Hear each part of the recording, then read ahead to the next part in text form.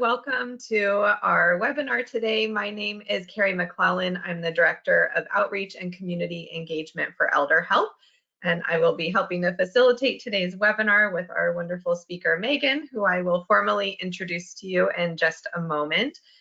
Before I do that, I just want to give a brief overview about Elder Health for those of you who might not be as familiar. So Elder Help is a local San Diego nonprofit organization, and we support older adults in their desire to age in place. So we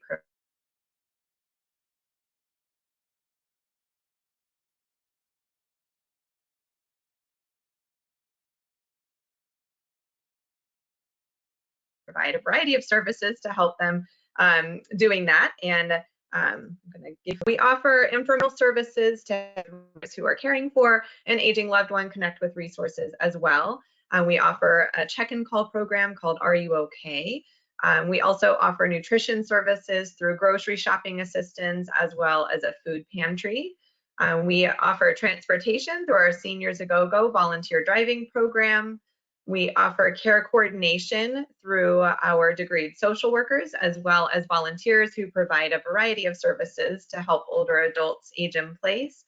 Our housing services team helps with connecting people with housing options through our home share program, so essentially a roommate matching service.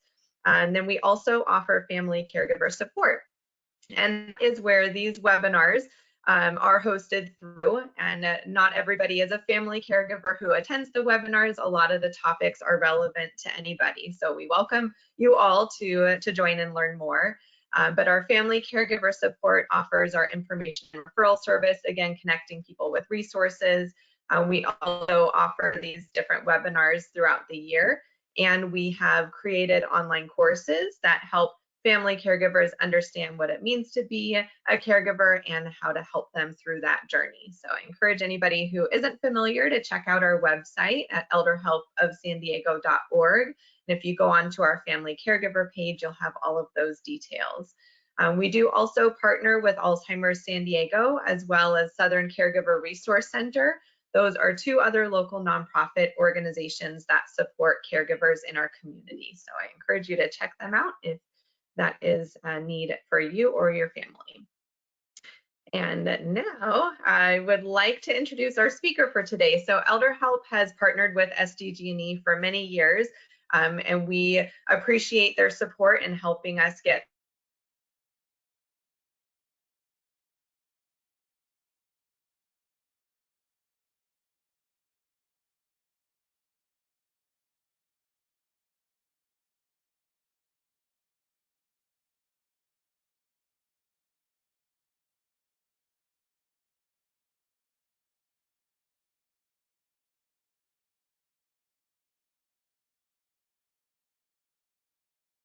related scam awareness, SDG&E community assistance programs and resources, and public safety power shutoff preparation and awareness. So she is going to share a lot of information with us today. We're really grateful to that, and we will share a copy of the slides afterwards. So if you miss something or there's a link that you see that you want to check out, you'll receive that in the follow-up email. So welcome, Megan. We're so happy to have you here today. Thank you so much. I really appreciate your time, and it's always such a pleasure to be able to join you on these webinars. We can go to the next slide. Yes.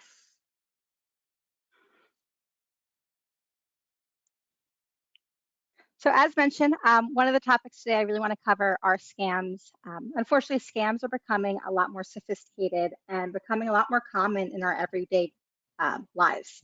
It's something that affects individuals of all ages in all communities. And scammers that pretend to be SDG&E specifically are extra harmful because it impacts the trust that our customers have in SDG&E. So when they do have a real problem, they're less likely to want to come to us and seek assistance. So it's very important that we're able to educate the community about how to recognize scams and how to educate their friends and family on how to stay safe. So oftentimes scammers impersonate SDG&E billing and field employees, contacting customers by phone, email, text, or even in person. They claim that a customer's bill is overdue and threaten to disconnect their service unless immediate payment is made. People who are typically targeted are seniors, young people, English as a second language, individuals with disability, low-income households, and this is because these individuals are more likely to act quickly out of confusion or out of stress. If you suspect that someone is pretending to be from your utility, hang up or close the door if it is someone in person, and contact your utility to confirm if there is in fact someone who is supposed to be contacting you, or if there is someone who's supposed to be at your door. Delete any suspicious emails or messages that are requesting for money or any personal information. Do not share any bank information, passwords, or social security number. Never send any gift cards, prepaid cards, wire money, or use any hard to trace payments. Check your accounts or pay your bills by logging on to My Energy. This is a great way to ensure that you have secure payments, as well as also just manage your account. And of course, you can always contact our call center. This is a great resource. The number is 1-800-411-7343. Next slide. So some common tactics just across the board for all scams, for virtual scams specifically, is phone impersonations. These are often ones that demand immediate payment. So a very common one that unfortunately is quite sophisticated is spoofed caller ID, which is a technology that will show a familiar phone number. So it will show up as a phone number that you are aware of. So it might show up as, you know, your grandchild's phone number, your friend's phone number, and it is a number that you are aware of, or it might come up as a name that you're aware of. And it's not them, but it shows up as their number. This number might also leave a voicemail. In this specific example where we're talking about utilities, you know, they are pretending to be SDG&E, so they will leave a fake customer service number saying, please give us a call back. It will be a fake number. When you do contact that number, they'll have a you know, fake customer service individuals that will then try to get your personal information and credit card information, and that's how the scam unfolds. Another common one is phishing emails or texts with links or QR codes. For those of you that are following the media, there is a current scam that's going around right now involving QR codes that are telling people that they are behind on their bills and they can pay their current bill by going to CVS, going to Walmart, and scanning a QR code and uploading money onto a type of card called Green Dot, which is like a prepaid credit card. And it's, you know, you upload money onto it and then you provide the numbers to the scammers, and then they have access to the funds that you have uploaded onto it. So that is a current one that is going on right now that we have been receiving reports on. So please be on the lookout for that. Some additional red flags to be aware of: any unusual payment requests, so prepaid gift cards, wire transfers, cryptocurrency. SDG&E will never ask for payment through these methods. You know, it will always be direct payment. My Energy Center is the best way to do so. Receiving multiple calls from different numbers on the same topic. Any urgent or threatening language that is used. They use drastic and immediate language with the intention of scaring you to act quickly. Any demands for personal or financial information. So this would be your social security number, your bank account or credit card numbers, and any attempts to prevent you from hanging up or talking to others, or just really any attempts to prevent you from getting any sort of outside help. This is always a sign that something's off. So, you know, hang up the phone, you know, call back the correct customer service number, and these are great ways to help protect yourself from some scams. Next slide. So recognizing a scam in action. This is another example of a scam that a customer had received. So when you receive a digital scam, some additional ways to recognize it would be through poor grammar. Oftentimes you'll see there'll be typos. There might be inconsistent formatting. So too many spaces in certain areas. There may be inconsistent punctuation. So there may be no periods, no commas.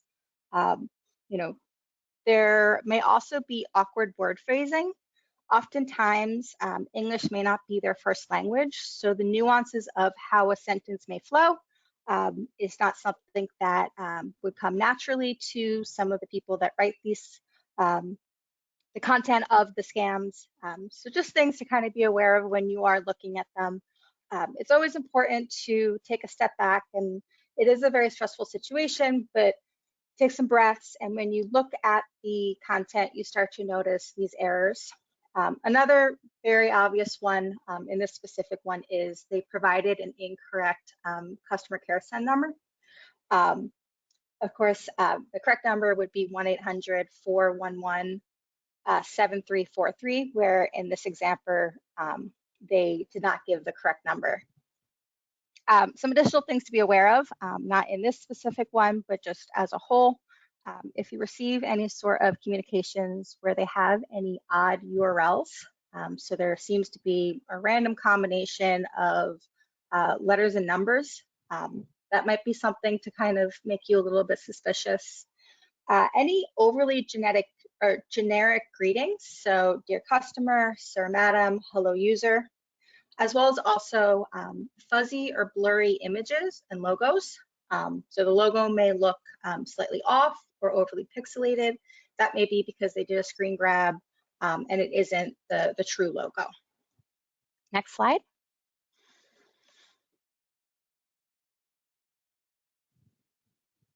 So hopefully with this information, you are able to protect yourself and protect your loved ones from SDG&E scams, but also scams as a whole. Now I'd like to move on to SDG&E programs and services. So SDG&E, we offer a wide range of resources and services to our customers. But one of the ones that we want to focus on today are our financial assistance programs for individuals that are income qualified. So we have our California Alternate Rate Energy Program, or CARE, as well as our Family Electric Rate Assistance Program, or FARA. These are two discount programs for income qualified customers that can receive, depending on the income qualification, either 30% off their electricity bill, electricity and gas, or just electricity, depending on which one you're eligible for. To be eligible, you either need to be income qualified or you need to be enrolled in a public assistance program. Newly, just this year, the FARA program has now been expanded from households of 2 or more. Oh, you know what? This is an outdated slide. I'm so sorry. It is now households of 2 or more. We're on this slide. It says 3 or more. So very excitingly, the FARA program has now been expanded. So households of 2 or more are now eligible for this program. So more people are now eligible for this program. More people are able to receive assistance, which is a positive thing. And we're definitely wanting to make sure that we spread the word about this update in the program. Next slide. So ways that you can go about applying for this program is online. You can also call as well as mail in an application. Elder Help is actually what is called a care capitation partner. So essentially what that means is you can work with Elder Help and they can get you, help you apply for this program and help you through the process and submit the application on your behalf. So you're in great hands and they can help you find out if you're eligible for either the CARE or FARA program. Next slide. So Medical Baseline is another wonderful program. This is not a discount or a rebate. Instead, it is a program that simply allows you to use more energy without needing to pay a higher amount. So it's for gas and electricity, and it's for households that have individuals that either have some sort of medical device or someone who has some sort of medical condition that requires a higher energy use. So something like a CPAP machine, a electric wheelchair charger, something that just by the nature of this device, there is more energy that is required. So qualifying medical lists can be found on our website. There are no income qualifications. Instead, the qualifications are the medical devices or qualifying medical conditions. It does require a physician's note, nurse practitioner, or some sort of medical documentation confirming the conditions that you have. Depending on the condition, eligibility and renewing of the eligibility will be requested. And you can visit our website to find out what the eligible equipment is. Next slide. So you can apply online. You can email us the application, you can fax it, you can mail it to us. On the right-hand side is an example of the application. The important thing is that there are two parts to it. So the first part is completed by the customer, and then the second part is needing to be completed by the licensed medical practitioner. So if the second part isn't completed, then the application cannot be reviewed. So it's very important when submitting the medical baseline application that both the first part and the second part are completed for the application to be reviewed. Next slide. So the last programs I just went over were income qualified programs, medical baseline programs. These are things that you would apply for. The next ones that I would like to go over are payment solution ones. These are programs to help people that might have fallen behind on their bills or are needing assistance in staying consistent on paying their future bills. So the first one is Arrearage Management Plan, or AMP.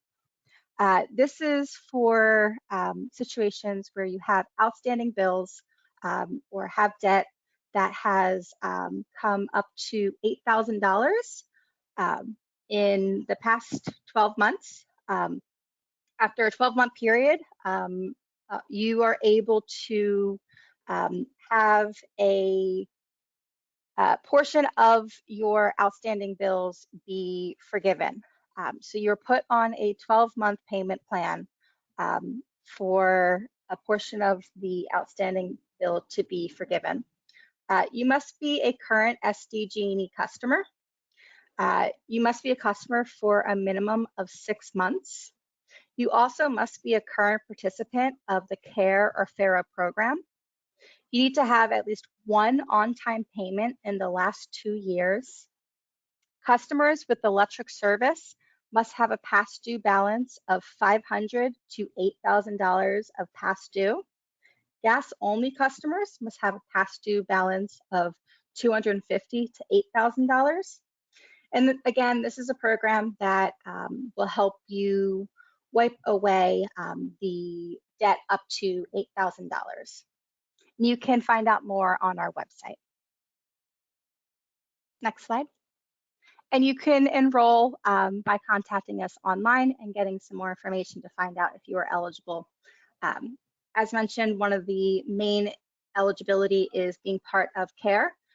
So when you call, if you're not currently part of CARE and you are eligible for the CARE program, they can get you situated and enrolled in the CARE program. Next slide. So the next two programs is to help pay back any current bills or upcoming bills. So the first one is Neighbor to Neighbor.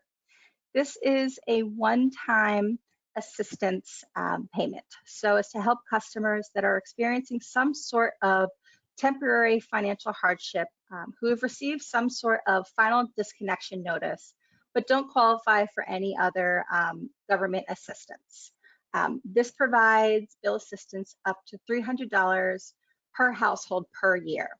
For more information, you can visit sdg&e.com/NTN, or you can contact 2-in-1, who's the organization that puts it on. The next program is called Low Income Home Energy Assistance Program, or LIHEAP. This is a program that provides direct payment to a customer's utility bill. For this program, you must meet income qualifications based on household size, and it's administered through MAC or CUI. Next slide. So in general, when it comes to paying your bill, it's very helpful to receive alerts, receive reminders, just to help make sure that you are paying on time, to help make sure that if you are approaching a certain limit that might be a bit more expensive than you were expecting, setting up alerts on your My Energy account has a lot of benefits. So the first bill management resource that we always encourage people to be aware of is using the My Energy account. So you're able to select the type and the timing of alerts within your account. It helps you track and monitor your energy use. So anyone that is interested in kind of finding out when they use the most amount of energy, that of course influences how much your bill will be. It also allows you to see the breakdown of any estimated charges, as well as also you're able to see bill to date bill forecasts. So you're able to see how much you're most likely going to be billed for that month based off of your current usage. By setting those alerts, you're able to be aware of, if you're approaching a limit that is a bit higher than you are wanting, as well as also just be aware of your energy consumption. The next program is Level Pay. This is a great resource because it is a budgeting tool that offers more predictability around your monthly bills, as well as also helps to smooth out some of the seasonal highs and lows that people see on their bills. So it's very high because of a summer heat spike. It might be very high as well if there's a cold front. People start to see those fluctuations. The way it works is it's a rolling average of the cost of your last 12 energy bills. It's the same monthly payment for 3 months, and then there's a true up that is conducted every 3 months.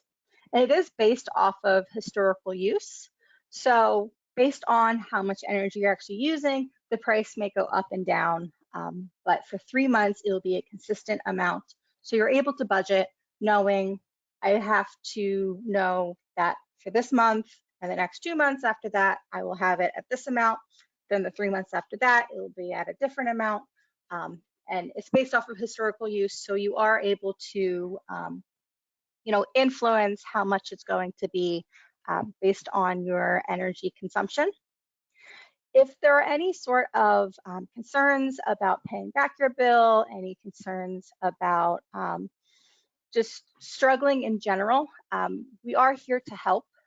There's always payment arrangement plans, extension options. There are multiple options available to customers, but we do ask that you reach out to our call center and they can help get you set up on a extension plan and get your account situated so we can make sure we're supporting you to the best of our ability.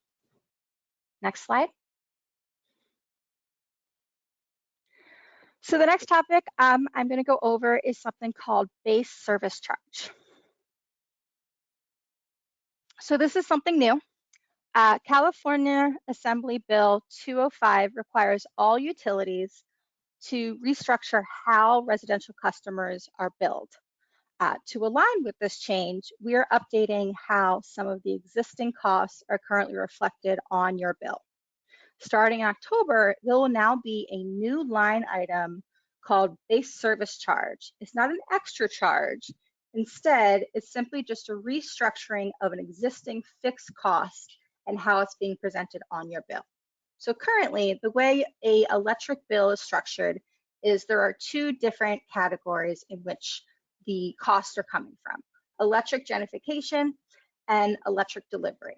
In the future bill, there will now be three different ways in which the bill will be broken up: electric gentrification, electric delivery, and base service charge.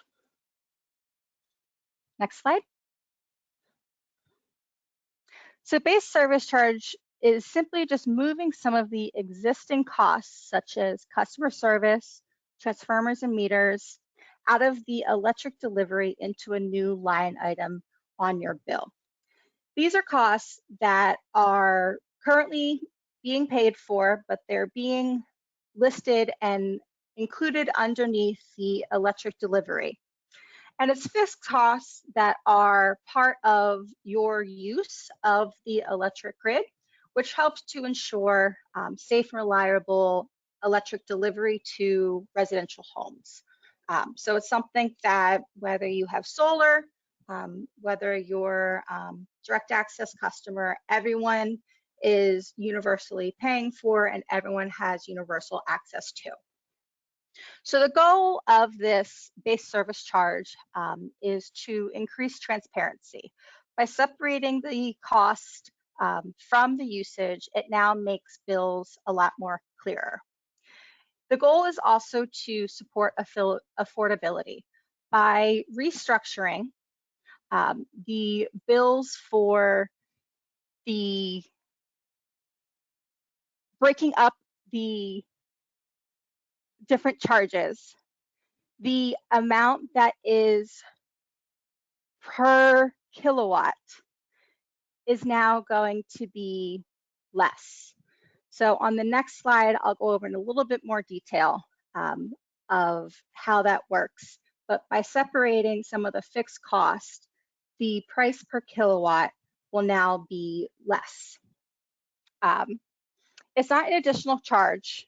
The costs were already included in the price per unit per kilowatt. And because it's not an additional charge, there's no additional profit earned by SDG&E. Next slide.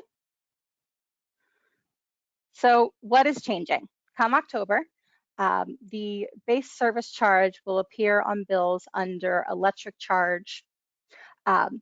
In early August, the communications originally started about this change, just so customers will be made aware of it. And in September, some more communications are going to be going out, just so we are able to answer customers' questions before the change is actually implemented. Moving some of the existing costs into the base service charge means that customers may pay about 10% less per kilowatt for the energy used. So that would be about 5 cents per kilowatt on electric delivery. So being that each customer's use varies, a lower electricity bill may or may not happen. It is dependent on a customer's actual energy use, which is why it's always important to remember to avoid using heavy electric items such as charging a vehicle, washing your clothing, doing your dishes, anything that requires heavy electric use during the hours of 4 to 9, because this is when the prices are the highest. Something else that will be changing with this new update will be base service charge will automatically replace EV-TOU 5 and EV-ELEC monthly service fee. Next slide. So next steps.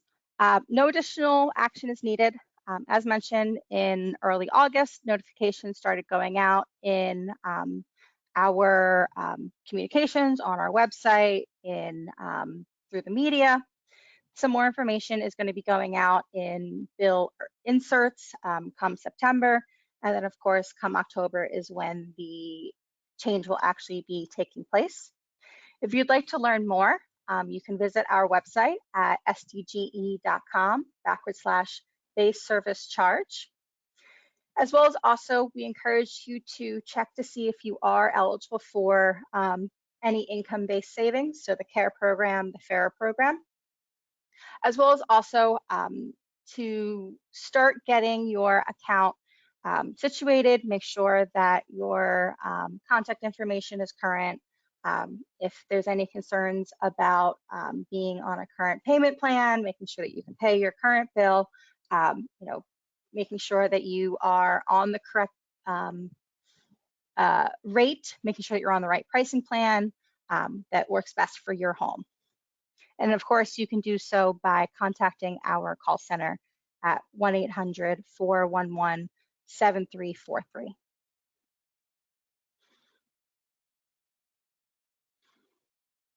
So we're changing topics just a little bit.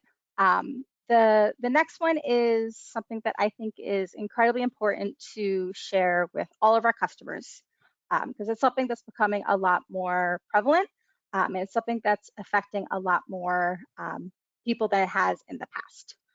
So late last year, early this year, we had a series of storms, a series of high wind events that caused us to need to do a series of public safety power shutoffs. So what this is SDG&E may temporarily turn off power as a last resort in order to reduce the risk of utility-related wildfires to protect our homes and communities.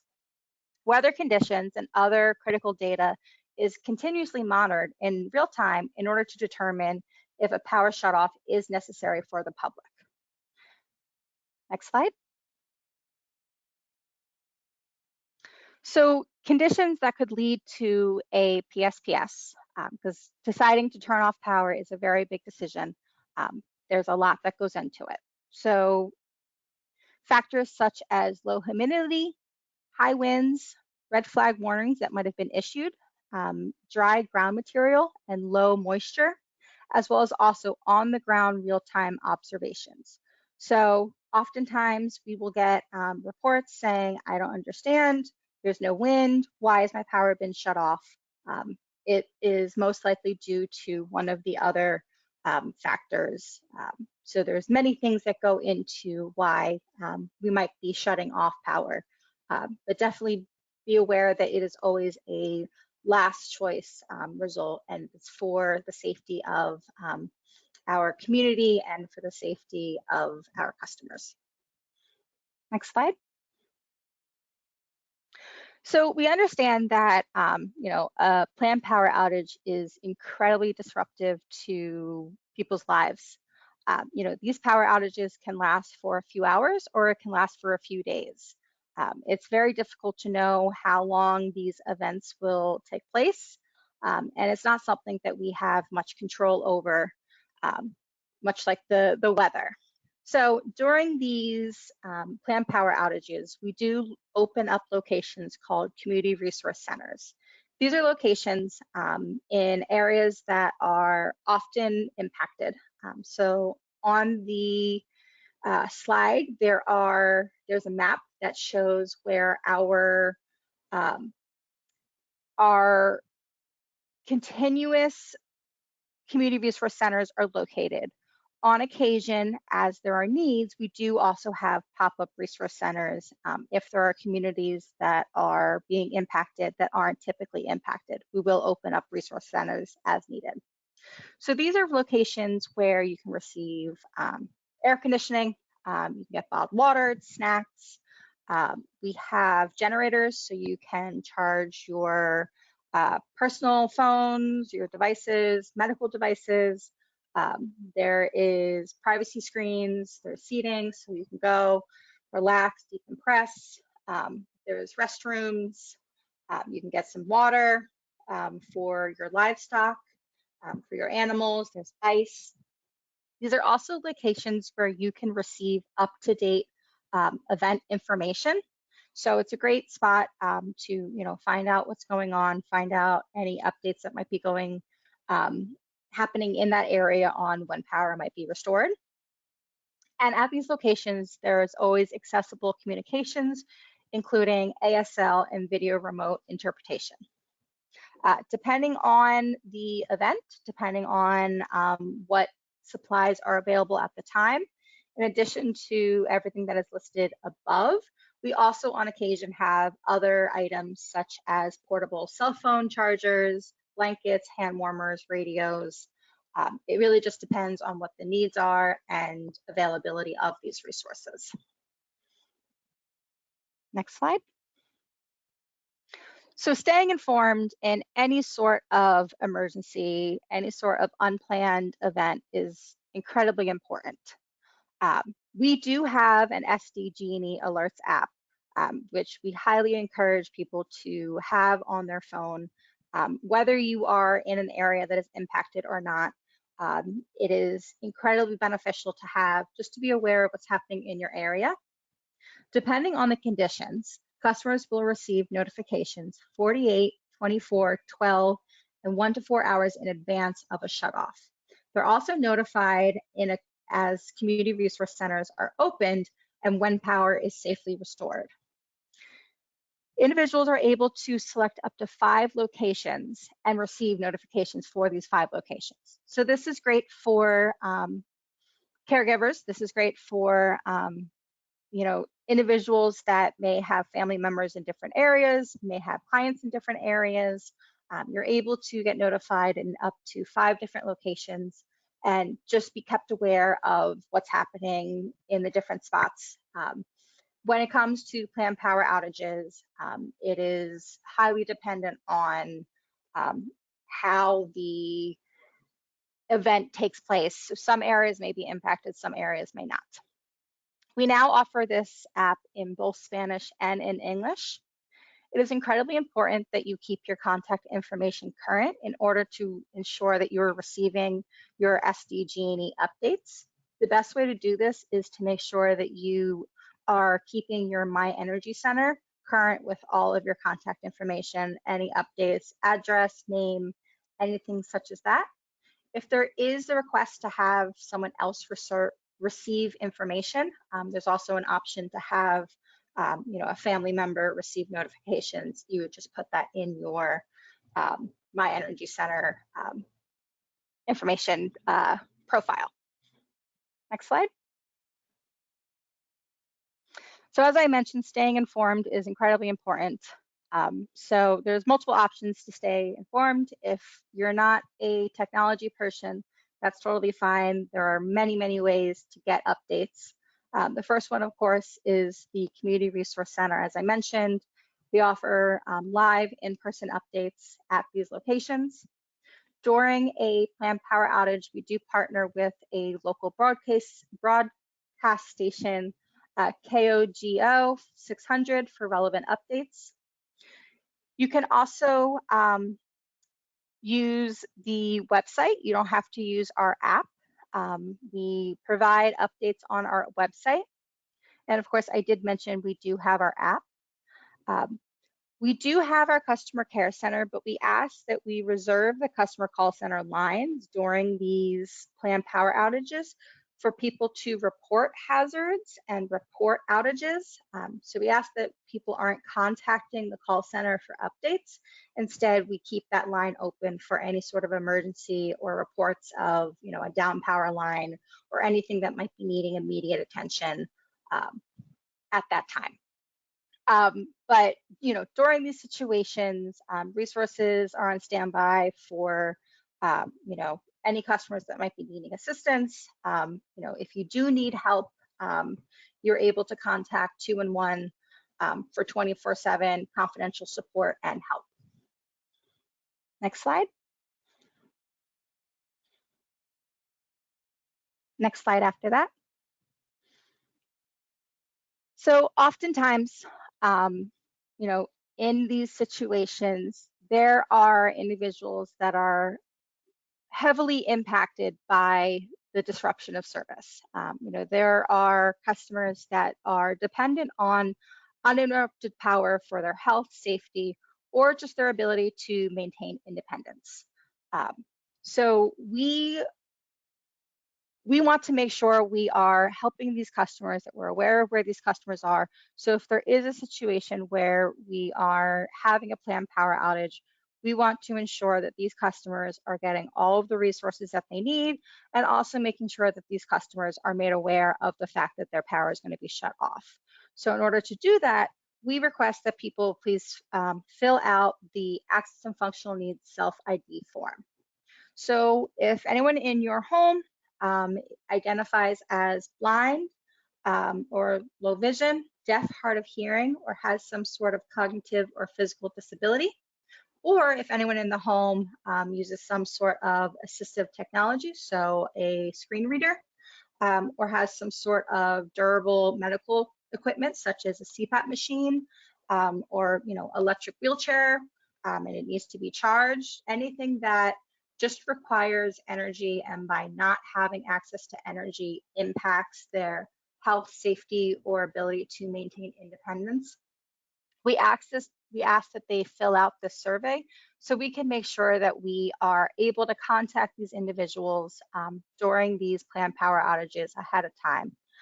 Whether it's making sure that they have a ride to a community resource center, making sure that they have accommodations, that they have accommodations at a hotel, or even something as simple as just making sure that they receive the notification and they're aware that in 24 hours, the power at their home will be shut off. So it's very important to make sure that people are filling out this self-ID form so we can have it noted on their account and we can contact these customers during these situations. Next slide. So at SDG&E, we are committed to making sure that everyone is offered equal opportunity to access our information, our resources, and our services. In order to do so, we ask that we get feedback from our customers, we get feedback from our community. So please contact us to report any accessibility barriers, share any new technologies or suggestions that you might have to help us improve your accessibility, improve your ability to access our resources, our services, our information, and just make sure that we continue to offer equal opportunity to all of our customers. And with that, I thank you so much for your time. I know I went through it pretty quickly. I do apologize for that. We had a last-minute addition of new information that was new to me, so I wanted to make sure I fit it in, and I wasn't quite sure on the timing, but I do thank you for your time, and if I have any questions that I can't answer today, I'm more than happy to get a more detailed answer for you. Thank you so much, Megan. That was a lot of information, but I feel like I think it was really helpful, and especially showing people where they can get additional information and where to go to for the application, and of course that main phone number for the customer service line, just reminding everybody to use that and double check if they're getting emails or text messages and it has a different phone number. So a lot of information, but it was all good, and I think will be helpful for our listeners today. And if anybody has any questions, you're welcome to type them in now to the, it should show up as questions or chat. You can type it in. If it's more of a specific question that you have in relation to your situation, then we'll make sure to provide the contact information for you to follow up afterwards so you can have more of a detailed response. But if you have any general questions, please feel free to type them in now and we can ask while we still have Megan here. But yeah, I think that was really helpful. So thank you so much. It definitely, I know scams are coming out so much more, and it's just helpful to have some reminders on what to look out for, and any of those grammar and the spacing issues. We just have to be a little bit more specific and detailed when we're looking at the information that's coming out to us. So I think those were really helpful tips there too. Absolutely. And as mentioned, Elder Help has been a phenomenal collaborator over the years. So if there's anyone who needs any additional assistance, I'm always happy to help. If there is a specific example, I can help make sure that I connect someone to the person who is able to help them if I'm not able to. But we're here to help. That's great. Happy to do so. Well, we definitely appreciate the partnership and feel the same. It's definitely nice to have that information at the ready so that we can provide it to our clients and volunteers and anybody who reaches out through the community. So we appreciate that and all of what you do.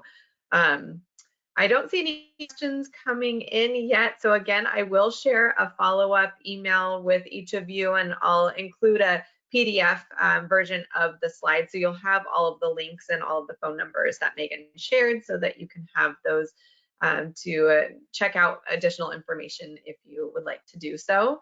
And just to save the date, we'll be having a fall prevention webinar on Wednesday, September 24th at 11 o'clock. So add that to your calendar. I'll also include that link in the follow-up email so that you have that and you can register ahead of time as well. We'll be in the Fall Prevention Awareness Week, so I want to make sure that we're helping people to stay safe at home. And lastly, this is ElderHelp's contact information. If you are new to ElderHelp or don't have our contact information handy, please feel free to take down our main phone number, 619-284-9281. You're also welcome to reach out to us via email at our info@elderhelpofsandiego.org email address. My contact information is on there as well as our website. And again, I'll make sure to include all of those details in the follow-up email I send out. So I don't see any questions. So Megan, I think you covered all the information very well, and everyone will have that in their toolbox to be able to utilize for themselves and their clients for future. So thank you for your time today. My pleasure. Thank you so much. Yeah. All right. Take care, everybody. Have a good rest of your day.